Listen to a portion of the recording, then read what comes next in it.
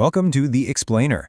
We're going to dive into something pretty wild today, this idea that we can actually inherit fear from our ancestors.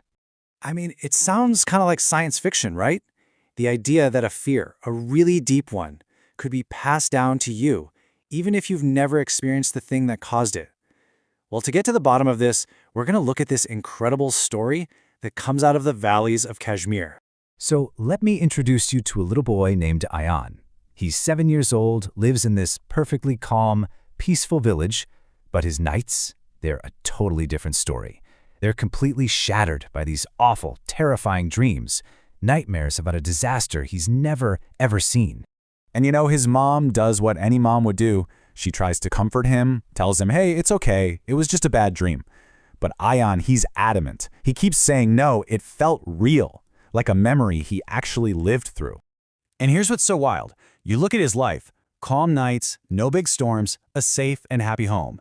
And then you look at his nightmares. It's pure chaos. Howling winds, houses collapsing, people screaming. The two worlds just don't match up at all. Naturally, his parents are worried sick. They take him to doctors, run all the tests, and nothing. He's a perfectly healthy kid. So the experts are kind of stumped. They chalk it up to childhood anxiety, maybe he saw a scary movie or something. But it just doesn't feel right. So that leaves us with this huge question, right? If the fear didn't come from his own life, where on earth did it come from? It's like he's carrying around a ghost, a fear that doesn't even belong to him. Then we get a clue. And it doesn't come from a doctor's office, but right there at the dinner table. A little gust of wind blows through an open window, just rustles the curtains, and his father, Yusuf, who's usually so quiet and calm, he just freezes. For a split second, there's this look of pure terror on his face, and then it's gone. But it happened.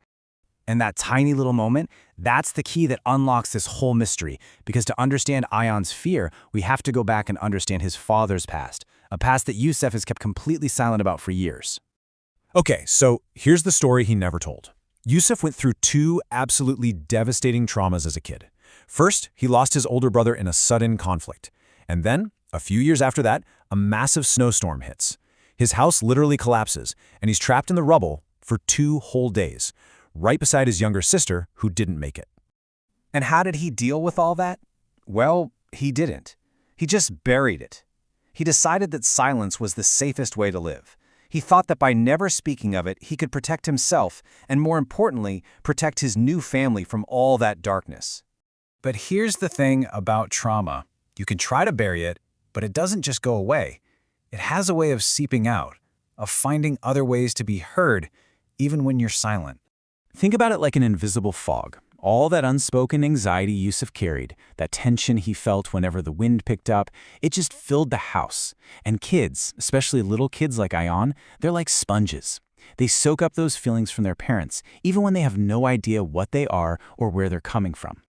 There's actually a term for this. It's called intergenerational trauma.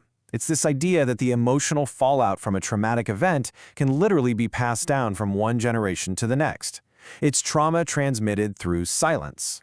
And then comes the moment where it all clicks into place. One night, Ayan wakes up screaming from another nightmare.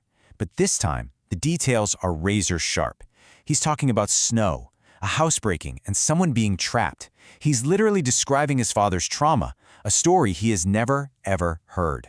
And when Yusuf hears this, it hits him like a ton of bricks. He realizes these aren't just random nightmares.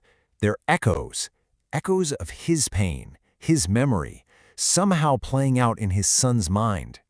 This moment changes everything, because it poses a new question. If fear and trauma can be inherited through silence, could healing be inherited too? Maybe through speaking up? And that's what he does. For the first time in his entire adult life, he speaks. He sits his family down and he tells them everything, the whole story. He finally gives his pain a voice. And by doing that, he basically lays out a roadmap for how to break this cycle. It's pretty clear, right?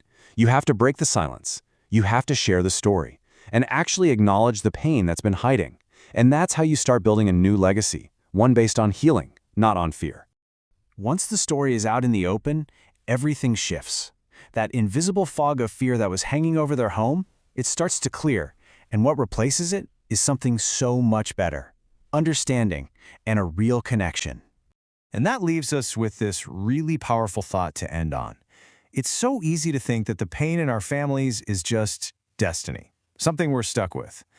But what this story shows us is that healing can be an inheritance too. That courage, that strength to speak up, that can be the thing we pass down.